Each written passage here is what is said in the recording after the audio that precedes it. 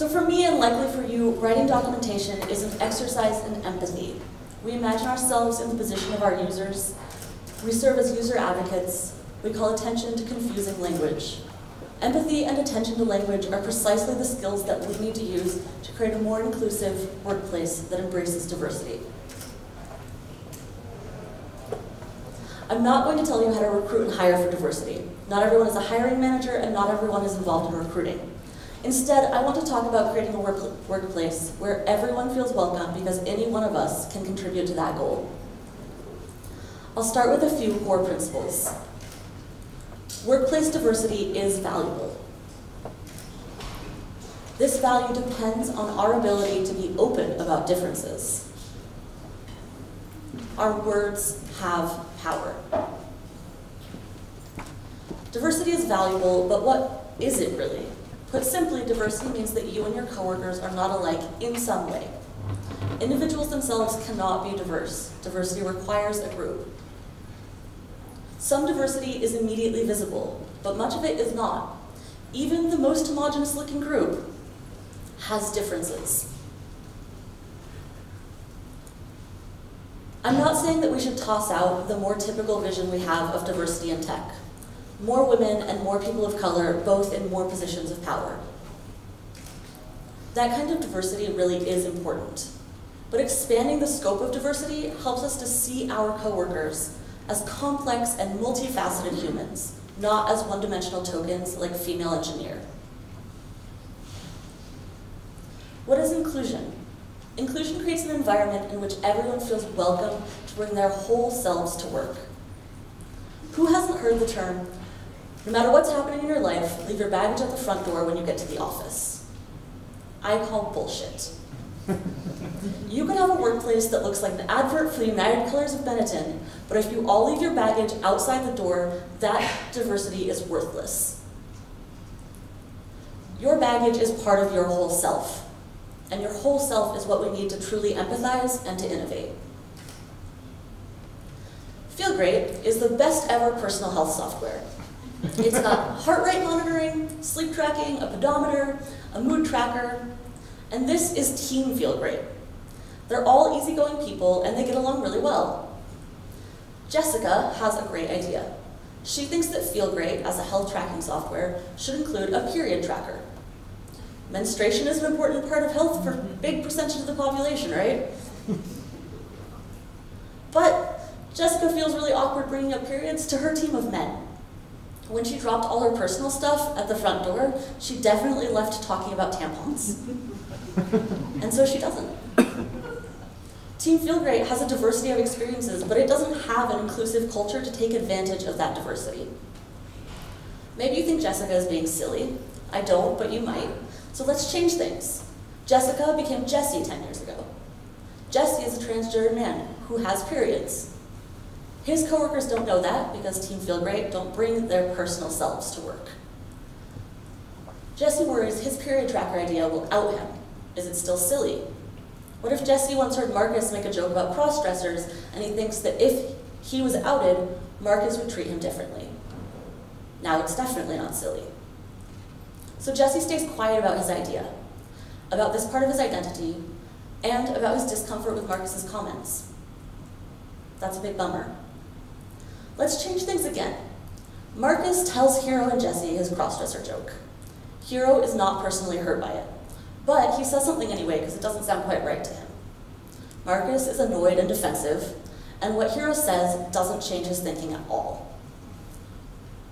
That's a big bummer. But Jessie hears Hero's response and now feels like he has someone at work who might be an ally. He feels comfortable enough opening up to Hero about his idea, even if he doesn't about his personal identity, and telling him his period tracker. Jessie still isn't telling the team his idea, but Hero is able to bring up the idea for him. Not only do they get this great period tracker that makes a lot of sense to a lot of people, but Hero also gets to make a note to the team that when they introduce this feature, it shouldn't be tied to a user's identified gender, thus opening up a whole bunch of new ideas for making the app trans-friendly.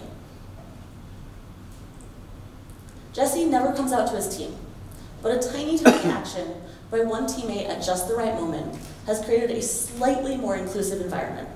and this allows Jessie to contribute in a way that sparks a lot of new features. Remember the principles from earlier? The value of workplace diversity depends on our ability to be open about differences. If Jessica can't talk about periods, or Jesse can't risk outing himself, their ideas go unspoken. Our words have power, and it's just as true that our silences have power. If Hero heard the joke and thought, this isn't cool, but I'm not really going to change Marcus's mind, he would never have signaled his understanding to Jessie. I'm not saying that words will break your bones, but our words have power, and individual contributors who might never even interview a candidate can contribute to an inclusive workplace. We can expose hidden diversity by encouraging our teams to bring their whole identities to the office, without fear of being excluded. My hope is that at this point you're super amped to go back to work, full of empathy and motivated to create an inclusive workplace. Now I want to talk a little bit about how. I'm going to use some examples from my own life, and it's not because they're the best examples, they're really not. But it's because I want everyone to understand that I'm not standing up here and pointing out all of your flaws. I'm standing up here and pointing out my flaws. Shame is not the goal. We all mess up, and we can all do better, including me. Let's start with some definitions. A microaggression is a brief, everyday exchange that sends a denigrating message to members of a marginalized group. And it generally happens below the level of awareness of well-intentioned members of a dominant culture. Unconscious bias is a belief about members of a social and identity group that we develop outside of our conscious awareness. Often, our unconscious biases are outside of our conscious values, and they're not compatible. A younger coworker calls in sick, and my first thought is, she was probably out late partying. But an older coworker does the same, and I assume she picked up a virus. Consciously, I know that people in their 20s get viruses, and I also know that people in their 50s get hangovers. But unconsciously, I apply unfair stereotypes to real individuals in my workplace. A few years ago, I was in my co-working space. It was one of the first warm days of Michigan, which is pretty fantastic, and a friend of mine was wearing shorts. Without stopping to think at all, I looked at her and said, "How do you stay so tan in the winter?" That friend is not white. That's a racist microaggression. It's a microaggression based on unconscious bias. It definitely wasn't the most racist thing she's ever heard in her life, and it definitely wasn't the most racist thing that I've ever said in my life. But it was racist. My comment came from an unconscious belief that the default is white.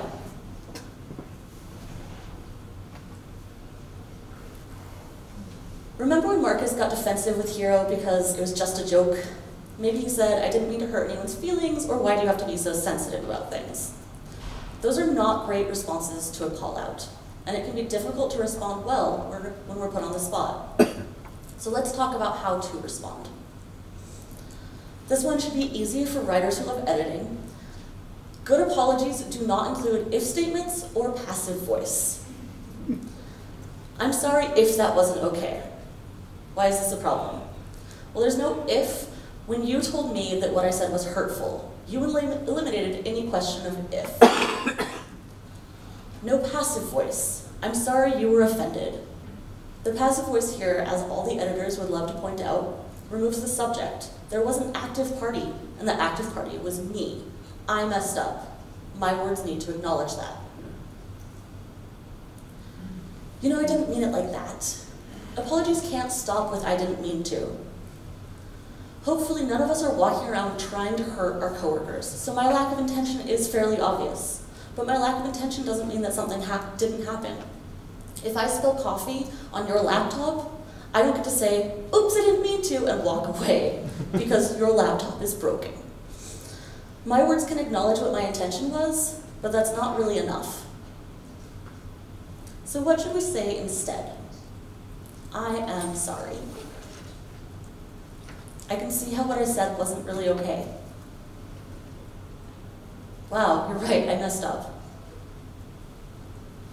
I understand why that term makes you feel weird. What would you prefer that I call you?" I am going to try to be more intentional in the future. Patterns are really hard to break, so feel free to call me on it if I mess up. But what if someone calls you on something and you genuinely don't understand the problem? I have spent a lot of my time telling friends that I don't like it when they call adults girls. Usually the response I get is a complete lack of understanding. If you don't understand, it's okay to say that you don't understand. But remember that some people are being asked to prove that X, Y, and Z is harmful all the time, and it's very exhausting. So rather than asking them to explain for you, you can do your own research. A little disclaimer here, your own research does not mean finding people who disagree and using that perspective as fodder for a debate. The point isn't to win, the point is to build understanding. And here's a little bit of extra credit. If you really think of Callout as an opportunity for you to learn something new, what about saying this? Thank you for going out on a limb to give me this feedback. I know that's difficult to do because people get really defensive. I want to do better, and I appreciate your help. Now, you don't have to use any of the words that I have said. You should speak with your own voice. But before you respond with, "You're so sensitive," try to see the point. Validate someone's feelings and don't expect them to debate you on why your words were hurtful. What I said to that coworker was, "Oh my God, I'm so stupid." And that was okay. It wasn't the worst apology, but it could have been a lot better, and that would have started with acknowledging that what I said was based on some very serious unconscious bias. So, calling attention to a microaggression puts us all in a super vulnerable position. It's awkward and uncomfortable. The response is often defensive, sometimes dismissive, and in the worst case, a defensive person says something even more hurtful to you. Many times, instead, we respond to microaggressions with silence. Hero says Jessica is the best female developer at Feel Great, and you go, or, yeah, she's awesome, but you don't directly address the microaggression. So why make a fuss? Quite simply, highlighting these small, often inadvertent slights is critical to creating a culture of inclusion. Even when you're not personally hurt, unaddressed microaggressions devalue the people that we want to feel really welcome in our workplaces. So, remember Hero and Jessie. This section is going to focus on Hero, the bystander. Hero isn't directly hurt by Marcus's joke the way Jessie is, so why not focus on Jessie? Jesse's already in a vulnerable position. He worries that any comments he makes will out him, and that will put his job at risk. Some of us have been in Jesse's place at least a few times. But all of us have been in Hero's place so many times. As bystanders, though, we do have an extra challenge. We have to notice the problem. Remember that microaggressions generally happen below the level of awareness of well-intentioned members of the dominant culture. So you might not see them happen. The first step to seeing them might be to receive a call out, but we can also be proactive. If your world is mostly reflecting back people like you, find ways to hear some different voices. Look around at the articles you read and the TV you watch. Are they presenting experiences and views of people who are different? What about your coworkers? Which ones do you engage with as more than coworkers, and which ones stay coworkers? If you're anything like me, once you start this process, you will see microaggressions everywhere. People have different definitions for the terms call out and call in, so for our purposes, I'm going to simplify. A call out happens in public. It's, "Hey Marcus, I'm sure you didn't mean it like that, but that joke was transphobic." With a call out, Hero signaled to everyone who heard the joke that it was hurtful. The downside is that it's kind of humiliating for Marcus, and it makes him feel defensive. He's less open to understanding how his joke was hurtful because he's feeling humiliated. A call-in is an invitation to discuss and help someone understand how their words affect others. It probably happens in private or maybe in a group of small, close friends. Hero approaches Marcus with the same comment, but later and privately, and he offers to discuss what he knows about trans people's experiences, even though he's not an expert. He helps Marcus understand a little more about gender expression and explains the difference between cross-dressing and being trans. Calling in can be an upfront invitation to talk more about a specific issue. With Callin, Hero has a better chance of helping Marcus understand, but he hasn't signaled that same understanding that the joke wasn't okay to the rest of the people who heard it. So there's a downside. Let's think about it in terms of documentation. When you're crafting an error message, you go with something short and simple that won't overwhelm users. But you also need to address some complexities, so you provide a link to in-depth documentation. It's all about providing the right information at the right moment to the right person. It's up to each of us to choose the approach that's best in a given situation, but they don't have to be mutually exclusive. If Hero delicately calls out Marcus in public, but later follows up with an offer to talk more about it, he's done both, and that's helpful. So before you say anything to a coworker, though, take a deep breath, and I need one too. Remind yourself, my coworker is a deeply flawed human being, just like me. And then think about this analogy. Unconscious bias, racism, sexism, anti-Semitism, Islamophobia, transphobia, ageism, and any other prejudice based on the dominant culture, they are like burrs. And we are like dogs and cats walking through a field of burrs. We've been walking in this field our whole lives, all day, every single day. You might be a golden retriever, which means you collect a ton of burrs. Or you're a short-haired dog, which means you only collect a few. Maybe you are a cat, so you spend hours every night grooming yourself to remove all these burrs that you've picked up over the day, but you still miss a few. Nobody walks through the field without picking up burrs. So when you call out Marcus for his joke about cross-dressers, assume he hasn't noticed all the transphobic burrs that are in his tail. Assume that calling Marcus a dirty dog will make him embarrassed and defensive, especially if other dogs are around. Use your empathy with Marcus, not to avoid making him uncomfortable, but to approach him in a way that opens up the conversation instead of shutting it down. So what does this have to do with technical writing? A lot and nothing. I think these ideas are relevant to everyone. Documentarians, developers, gas station attendants, and your retired gray aunt. Everyone. But as documentarians, we already pay a ton of attention to the language that we use. We know that words we put into a UI, or an error message, or a manual matter. I suspect a good number of you would be willing to argue about the differences between a portal and a landing page for at least 30 minutes. Assuming that you're using your language skills and empathy to advocate for a better error message, why not expand those skills to benefit your coworkers? We all have those skills that we need to create an inclusive workplace that encourages diversity. So far, this talk is focused on what we can do for our coworkers, specifically by responding to verbal microaggressions. But what about our users? Personally, my jokes aren't full of questionable jokes. I'm guessing yours aren't either. There are ways that we can bring the same efforts to documentation itself. For those of us who work with online documentation, web accessibility standards are a good place to start.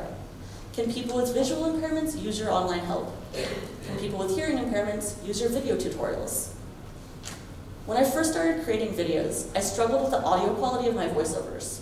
So to counter the echoes and the background noise and the dog barking, I added a music track.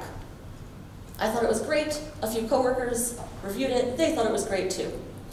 So I happily continued to add music for years.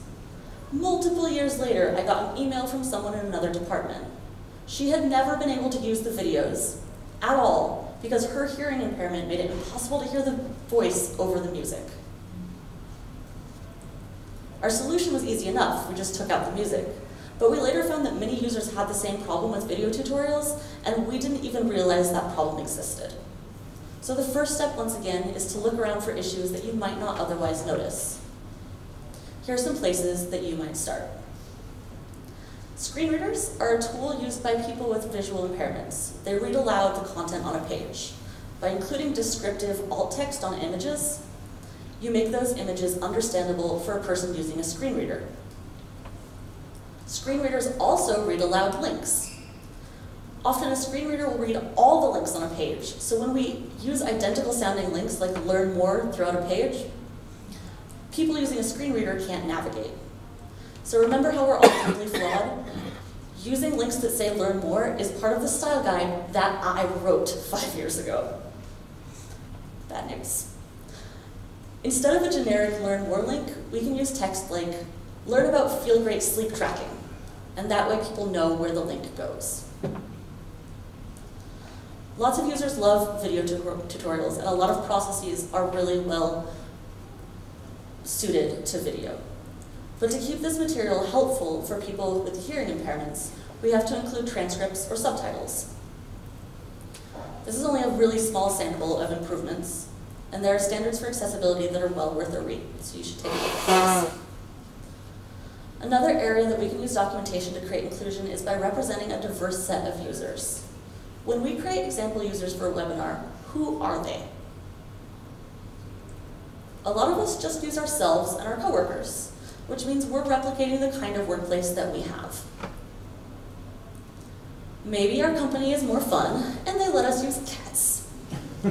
Everyone likes cats, right? I like cats. I really am one of you. This is my cat. But cats don't exactly have a representation problem. They are everywhere. Instead of showing yourself or showing your cat, think of documentation as a place where we can represent some of the diversity that we wish we saw in the tech world. And now we've come to the least prepared portion of my talk. I've really struggled with how to wrap this up, but I realized there's one more topic that I want to talk about. When we talk about microaggressions and diversity and inclusion, a lot of us use this word uncomfortable. Marcus's joke makes Jesse feel uncomfortable. But I think we need more precise language. If Hero confronts Marcus, now everyone is uncomfortable. It makes Hero uncomfortable to speak up, it makes Marcus uncomfortable to be confronted, and Jesse is still uncomfortable. And let's be totally honest, it makes me so uncomfortable to be on this stage. Obviously, Jesse, Hero, and Marcus are all uncomfortable in different ways and for different reasons. Jesse feels alone. He feels like his gender identity is a joke to Marcus. Hero feels anxious and worried that Marcus will be dismissive toward him. Marcus feels embarrassed and ashamed. This word uncomfortable leads us down a bad path. I think it leads to this definition of inclusive language. Language that avoids the use of certain expressions or words. This assumes that all you need to be inclusive is a list of the words that you can't use. And I don't think that helps anyone. It doesn't build empathy. It doesn't build an inclusive workplace where people feel understood and welcomed. It attempts to circumvent the real issues entirely. Instead, we need to take the harder path.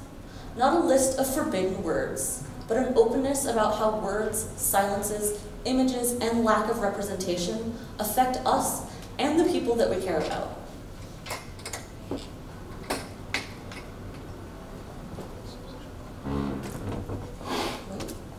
I need to be able to say not, it makes me uncomfortable, but instead, when you call me and other adults girls, I feel like you don't see me as a competent adult.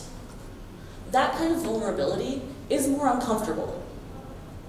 I also need to be able to say to my coworkers, I have a lot of unconscious bias because I grew up in the world.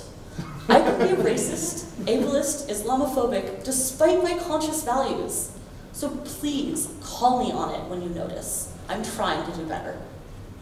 But that's the kind of discomfort that means we're growing and building empathy. That's the kind of discomfort that creates inclusion. I became a technical writer by accident, but I found that it suited my personality really well. I am so pedantic. I have that in common with at least a couple of you. I've found that being pedantic can sometimes be really useful. Insisting on precisely the right words and sharing my love of that precision with other folks is kind of my superpower. Maybe it can be yours too. Thank you.